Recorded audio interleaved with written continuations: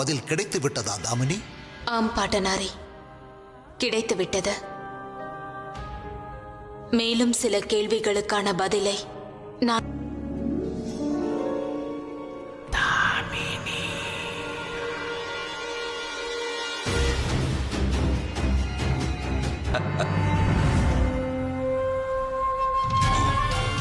நான் தங்களிடம் இப்போது அனைத்தையும் கூறிவிட்டேன்.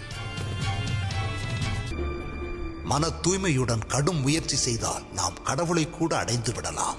சனியுடன் தொடர்புடைய விடைகளையா கண்டுபிடிக்க இயலாது? நீ சனி விருந்தினன் நீ, அதனால் நான் உனக்கு உயிர் பிச்சை அளிக்கிறேன். இல்லை என்றால் இந்நேரம் நான் உன்னை கொன்று புதைத்திருப்பேன். இங்கிருந்து சென்றுவிடு. போ. இனி என்ன நடக்கும்? நவகிரகங்கள் ராவணனின் கட்டுப்பாட்டில் வந்துவிட்டால் அசம்பாவிதமாகிவிடுமே.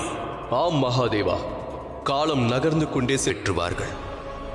பிரபஞ்சத்தை சங்கடங்களிலிருந்து காப்பாற்ற வேண்டும் என்பது நமது ஆவல். இனி சனி மற்றும் தாமினியின் கை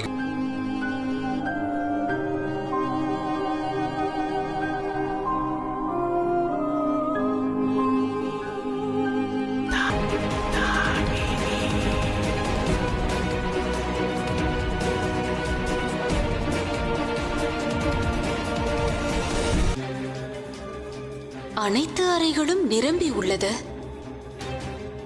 ஆனால் ஒன்றுமில்லாத இதில் என்ன இருந்திருக்கும்? யார் இது? இது யாருடைய குரல்?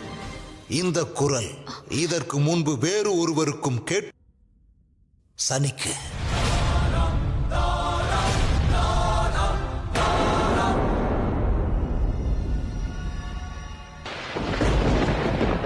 தண்டமா?